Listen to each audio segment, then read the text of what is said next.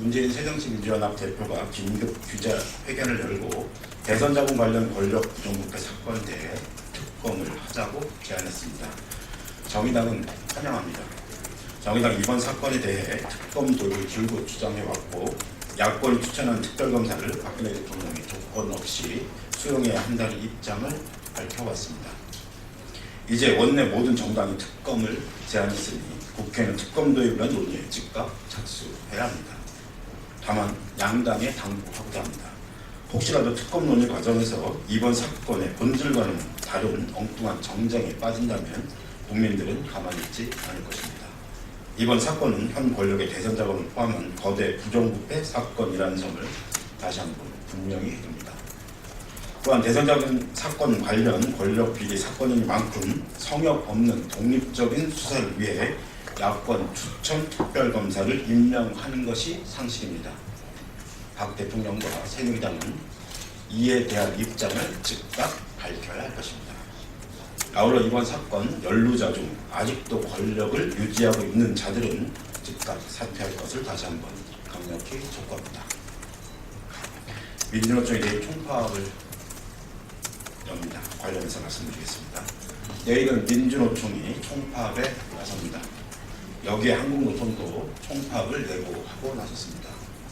양대 노총 노동자들이 총파업을 벌이는 이유는 노동시장에 대해 정부가 밀어붙이기식 구조조정을 추진하겠다고 일방적으로 나서고 있기 때문입니다. 노사정 대타협이 정부의 일방적인 재벌기업 편들기, 밀어붙이기에 나서면서 파탄이 난 상황입니다. 그럼에도 정부의 태도는 더욱 강경해져만 갔습니다. 이에 양대노총 노동자들이 총파업에 나선 것은 당연한 결과입니다. 그간 재벌 기업들에게 쏟아진 각종 특혜에 비해 노동자들은 늘 손해를 감수하며 살아야 했습니다. 그런데 정부가 노동시장 구조 개혁을 밀어붙이는 것은 누가 봐도 노동자 죽이기 선언의 다름 아닙니다. 노동자들은 더 이상 물러설 곳이 없습니다. 이번 총파업은 전적으로 정부의 책임이라는 점을 분명히 해둡니다.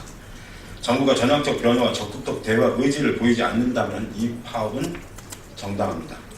이에 비정규직 정당을 선언한 정당은 이번 노동자들의 정당한 파업을 지지합니다. 그런데 정부는 이번 총파업에 대해 엄정 대응을 의지를 천명하고 나섰습니다.